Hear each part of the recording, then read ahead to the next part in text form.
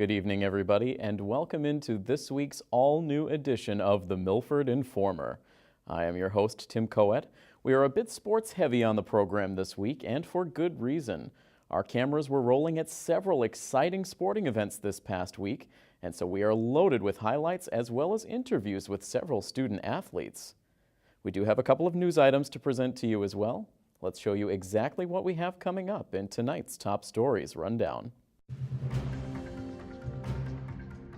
Tonight, we'll take you inside this week's Selectmen meeting, where the board took another step forward in preparing for the town's acquisition of the water company.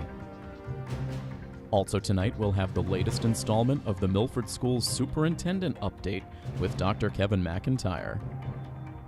And later in sports, we have major highlights to present for Milford football versus Foxborough and also girls volleyball highlights in a rivalry match against Canton.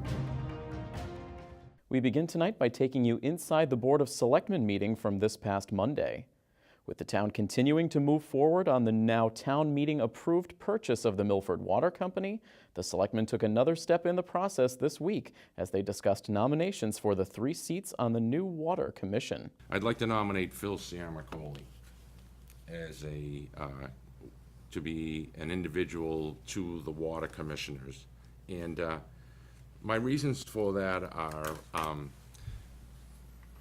Phil has been a long time, very dedicated member of the Finance Committee.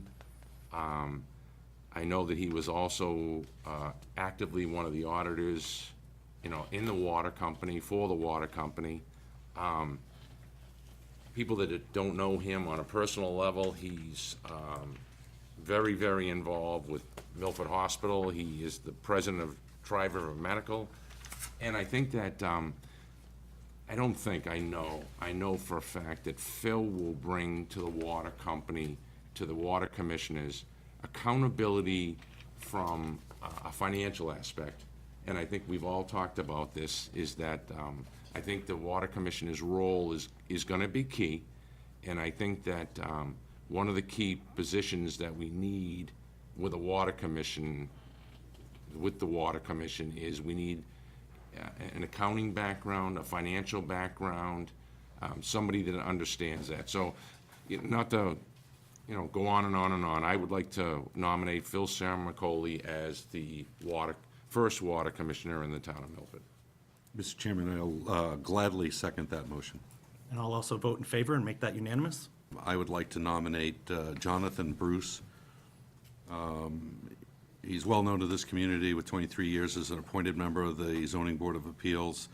He was 15 years as chairman. He was a member of the school committee for 6 years, 5 years as a building committee, responsible for Brookside renovation to the early childhood center at the high school and Stacy Middle School, and also the last 4 years as the Woodland Building Committee, serving as its vice chair, and who's just done an outstanding job along with Aldo in that space, bringing that in under budget and on time. So I would like to nominate Mr. Jonathan Bruce, please. I want to second Mr. Buckley's recommendation. I think Jonathan Bruce is a perfect match to serve as the second water commissioner in the town of Milford, and I would second that. No, and I will certainly vote in favor of that and make that unanimous. I would also like to make a nomination. As Bill, you pointed out, the number of people that applied for this, we're very lucky, town of Milford, to have this talent. With that said, I'd like to make a motion to appoint Jamie Lucchini as the third water commissioner for the town of Milford. Jamie is the superintendent of the Northbridge Department of Public Works. One of his major responsibilities is he has the oversight of the half town-owned, half privately owned water department. He's also a member of the Vernon Grove trustees here in Milford as an elected member. And he has served both the town of Milford Highway Department for over 15 years and was the union steward for both the Highway Department and the Parks Department, which I think could be very valuable with the water company personnel coming on board and probably, possibly unionizing in the future like most of our town employees. So with that said, I certainly would look to support Jamie Lucchini. I would second that motion, Mr. Chairman. Next up, we have another installment of our Superintendent Update series. For his October update, Dr. McIntyre expounds on the growth-focused instruction portion of the school's strategic plan.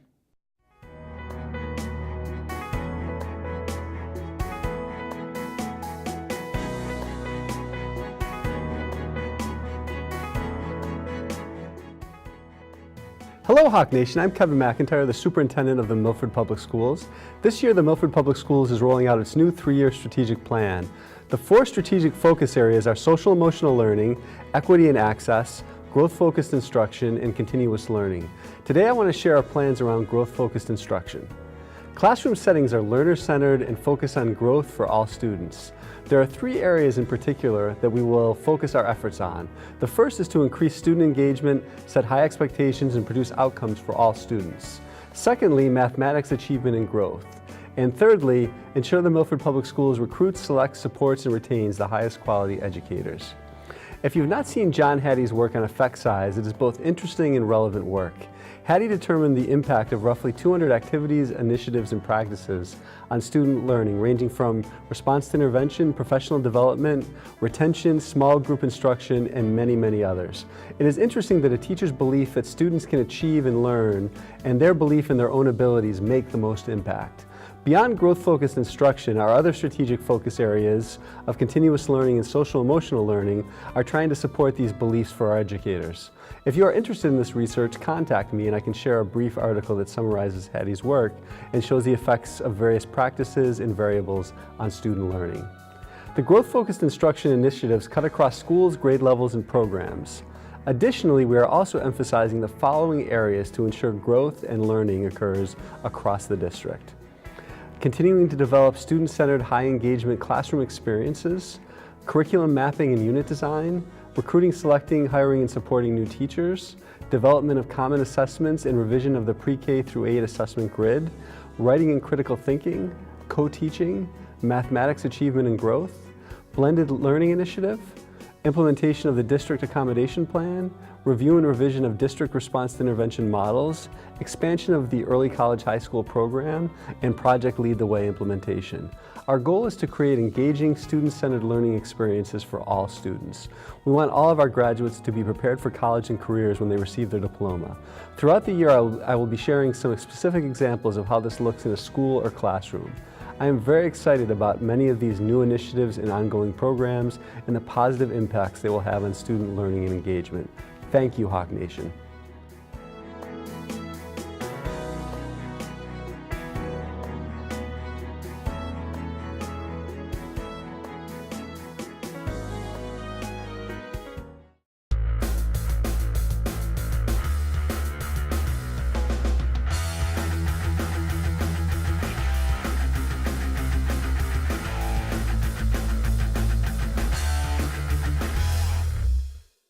Last week, the Milford football team took on Foxborough in a game that would go a long way in determining the playoff fate of both teams.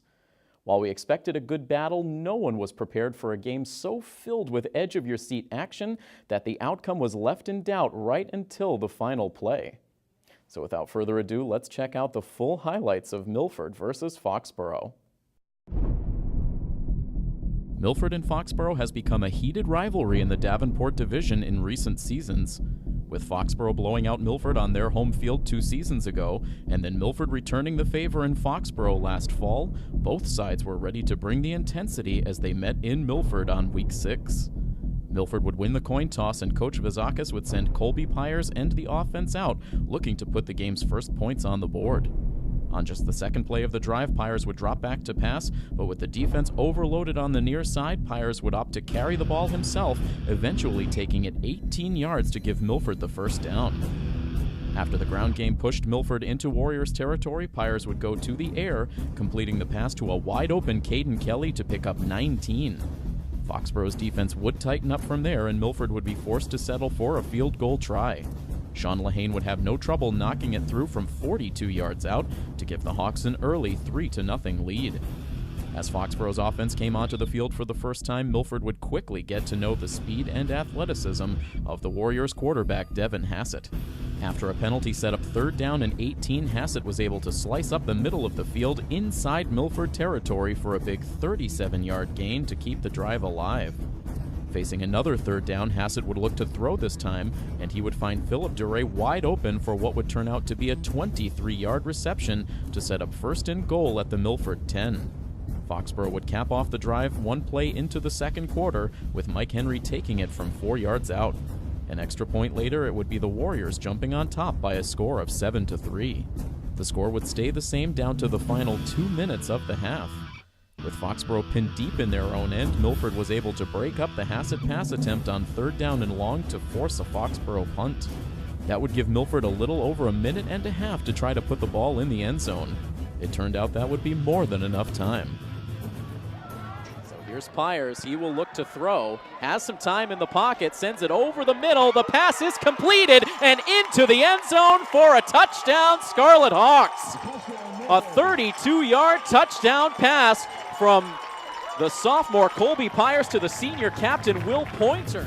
That quick strike for the Milford offense seemed like it was going to give the home team momentum heading into the half, but the Warriors had other ideas. On the first play for Foxborough after the Milford touchdown, Devin Hassett would take the ball 71 yards down the field to put his team on the doorstep with still over a minute left in the half. Mike Henry would take the ball the rest of the way to notch his second rushing TD of the game, and so the lead would swing right back into Foxborough's favor. Colby Pyers would try to push Milford downfield in the closing seconds, but here he tries to force the ball into a well-covered Joey Everett, and that would lead to an easy interception for Foxborough junior Hunter Williams. Despite having just 18 seconds left on the clock, Foxborough would manage to get into field goal range, where Russell Neal would nail a 39-yarder. The two teams would combine for 17 points in the final minute and 54 seconds of the half, but 10 of those points would go to Foxborough, giving them a 17-10 halftime advantage. The Warriors ended up tacking onto that advantage on their first drive of the third quarter. Facing a 3rd and 10 near midfield, Hassett would send a dump-off pass to Pat Carey, who would gain 20 yards on the completion, sending Foxborough once again into Milford territory. A couple of plays later, Hassett would hand the ball off to Mike Henry once again. After a pair of 4-yard rushing touchdowns in the first half, Henry would rumble his way 32 yards for his third score of the game, pushing Foxborough into a 24-10 lead. Despite getting excellent starting field position courtesy of a 52-yard Chappelle Feaster kick return, Milford's offense could not get anything going on their ensuing possession, and they would be forced to punt the football. Foxborough would regain possession with under 4 minutes to play in the third quarter, and at that point it felt like the game was the Warriors to lose. The next drive would go as a 3-and-out for Foxborough, and perhaps a bit of overconfidence would creep into the Warriors' minds as they set up for the punt. And it looks like perhaps the fake punt here for Foxborough. And that will be shy of the first down yardage. Foxborough taking the chance, as looked like Teddy Mayer tried for the fake punt, and the Warriors are going to pay the price here as Milford will take over 1st and 10 from the Foxborough 25-yard line. With excellent starting field position, Coach Bazakis would look to change things up on offense, sending Ryan Pearl and the War Package onto the field. The Hawks would ground and pound their way down to the 7, where they would ultimately face a 4th down as time expired in the third quarter. After talking things over, the coaching staff would keep the War Package on the field on a crucial play to open the fourth quarter. It's a 14-point deficit for the Scarlet Hawks as we begin fourth quarter play. Ryan Pearl will look to throw, looking for Everett in the end zone, and the pass is complete for a touchdown, Scarlet Hawks. A 7-yard touchdown completion for Ryan Pearl out of the War Package. We have not seen Pearl attempt too many passes when he's been out there so far this season, but Coach Vizakis drawing up a beautiful play on 4th down. Foxborough would then eat up several minutes of that fourth quarter clock, but a costly personal foul penalty would push them into a 3rd down and 22, where Joey Everett would eventually break up the Hassett pass attempt, and Milford would get the ball back with a chance to tie the game. Milford would end up facing yet another critical 4th down on their ensuing drive, and Coach Bazakis would once again shake things up on offense, sending Colby Pyers back onto the field. Pyers would quickly see the pocket collapse around him, but he was able to step up, and seeing space in front, the sophomore would run for the 1st down and more, gaining 20 yards on the play. It was then right back to the War Package on 1st and 10 from the 21. And right back to Ryan Pearl after the first down carry. Now Will Pointer breaking free away from the defense towards the goal line, and he is in. Touchdown Scarlet Hawks. A 21-yard touchdown run for the senior captain, Will Pointer, and Milford is an extra point away from tying this game up. Milford would indeed tack on the extra point, tying the game with a little over 4 minutes to play. The defense would then do its job, forcing a Foxborough 3-and-out, and so the Hawks offense would return to the field with a chance to take the lead. On a night full of heroic performances, would we see another Milford player prepared to step forward in a key moment? 42 left on the clock. Milford right back to the line. And Pearl tosses it back. It looks like O'Toole with the carry. He breaks free into the open field. Has one man left to beat, accelerates past the ball, comes loose. It is fumbled in towards the end zone. Now what will the call be here? O'Toole fumbling it forward into the end zone. And so the officiating crew talks it over, and the arms raised, and it is a touchdown for Ryan O'Toole. But the drama was not over yet. Milford would elect to go for 2, but they would fail to convert, keeping their lead at just 6 points with plenty of time left on the clock. The Hawks defense would continue to compete hard. They would force Foxborough into a 4th and 8 with less than 90 seconds to play, and then watch as Tyler Joyce gets pressure into the backfield, but as he tries to bring Hassett to the ground, he grabs a hold of the back of the shoulder pads, committing the horse collar tackle. Brendan White would also be flagged as he came in with a late hit on the quarterback, and the result would be 30 yards in penalty yardage, giving Foxborough first down at the Milford 25. That would leave Milford fans hoping for a miracle as the teams marched up to the line on the next play. All kinds of options now for this Foxborough offense. And they can take their time here. They don't want to leave Milford with any time to come back out on offense. Of course, they do want to score here. We'll see the screen pass. It is tipped. Does Milford have it? They do. An interception for the Scarlet Hawks. The ball was tipped and eventually into the hands of the Scarlet Hawks. And so the defense comes through with a miraculous play as Milford will take over with 1 minute and 11 seconds to go. It was Chris Rivera finding a way to come through with the defensive play of the game to put the ball back into the hands of the Scarlet Hawks. Milford would need just one first down to seal the win, and they would end up getting it thanks to one final penalty committed by the Warriors. In a game jam-packed with drama and intrigue right down to the final play, it was the Milford Scarlet Hawks emerging with an all-time classic come-from-behind victory. They scored 20 unanswered points in the fourth quarter to defeat Foxborough by a final score of 30-24. As the team began preparations for their Week 7 matchup against Stoughton, we visited with a few of the players to give them a chance to relive their dramatic victory over Foxborough.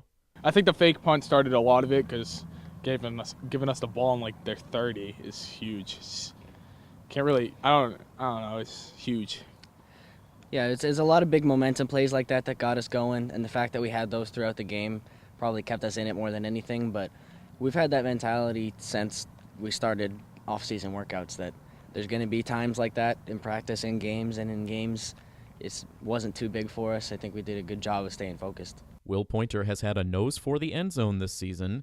He came into Week 6 with a team-high 4 rushing touchdowns, but it was his 32-yard touchdown reception that provided a spark for the Hawks offense late in the first half. It was a beautiful thrown ball. It was right in my hands, and once it hit my hands, I just knew I had it and just had to get in the end zone.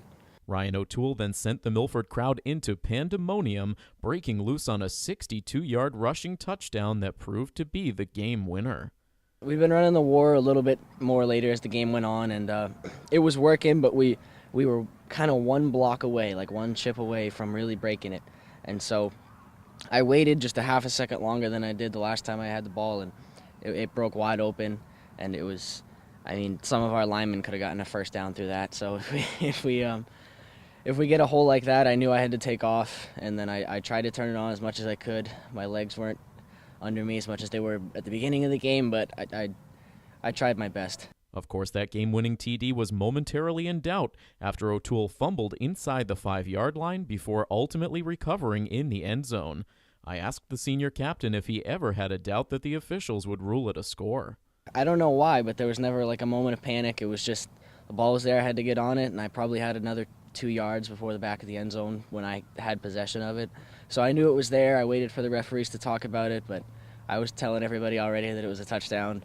And I'm glad I was able to get on it, obviously, but yeah, I knew I was in. Meanwhile, the story of the season has been Milford's ability to seamlessly switch back and forth from the run-heavy war package run by junior quarterback Ryan Pearl and the traditional spread offense manned by sophomore Colby Pyers. I think at the beginning of the season it was tough, but now like the whole team has come together and kind of working together in practice a lot at transitioning between the two offenses, so it's gotten easier. I mean, at the beginning of the season, it was a big challenge moving from freshman to like a much slower pace to varsity, which is way faster, but I've settled in over the season. Just as the players have slowly settled into a groove as the season has progressed, the same can be said for the first-year head coach Anthony Vazakis, who outcoached legendary Jack Martinelli as part of that Foxborough victory. I feel like we need to give credit to him because we'll come to the sideline and say,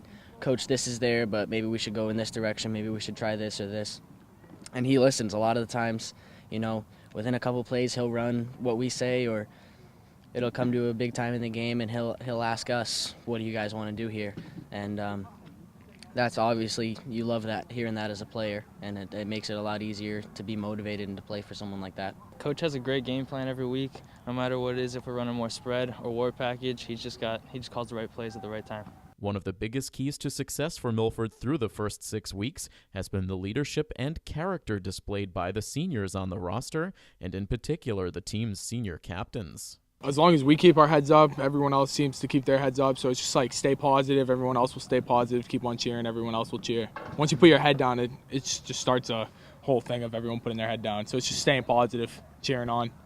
I think it's easy to lead a group that wants to listen, and so we have a really good group this year as far as chemistry goes, because the seniors don't hang out with the seniors, juniors with juniors, sophomores with sophomores. It's everybody's a part of the team, whether you're on the field every play or 2 plays a game.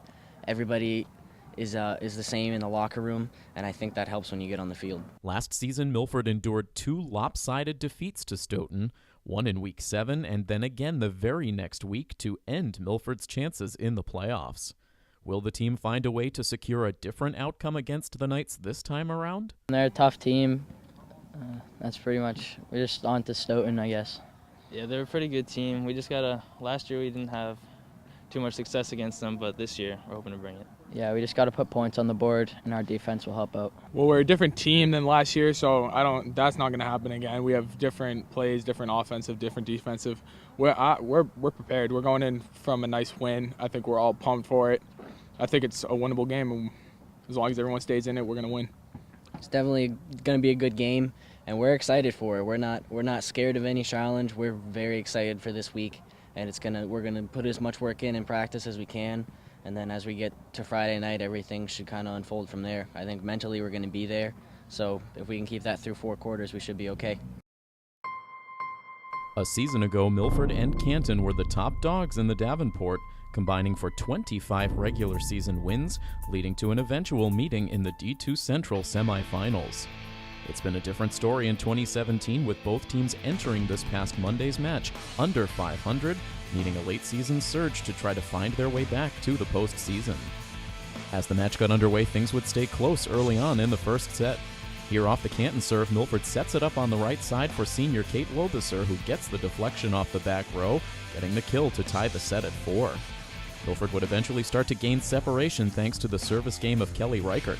The Lady Hawks would rattle off 7 straight points on the serve of their senior captain, allowing the girls to open up a 13-5 lead. Milford would continue to roll, taking a 20-9 advantage off a bad Taylor Harris serve, and it seemed as though the Lady Hawks were about to steamroll their way to an easy opening set win. But Canton would start to fight back.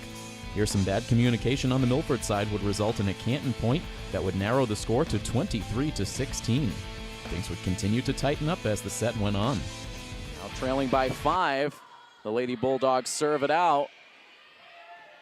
Nice play by Harstick to make that one playable. And now a series of dives for Canton. They are able to return it. Now Maeda the set. Harstick able to handcuff the front row with a short little shot, and that puts Milford right on the doorstep now at set point. Milford would close out the set a few moments later, hanging on for a 25-19 win. It was just the third set Milford has been able to take from Canton in their last 13 meetings. The Lady Hawks were able to carry over the momentum from that set win as play resumed. Emily Pierre-Gustavo would serve to open the second set, and she would deliver Milford 5 straight points to take an early lead. Sabrina Harstick would then get in on the action with 4 straight service points, capped off by this ace to put Milford up 10-1. Later on, it was Kelly Reichert adding another kill to push the lead all the way out to 17-3, and once again it looked like a lopsided set in the making for Milford. But just as they did in the first set, the Lady Bulldogs would show great resiliency.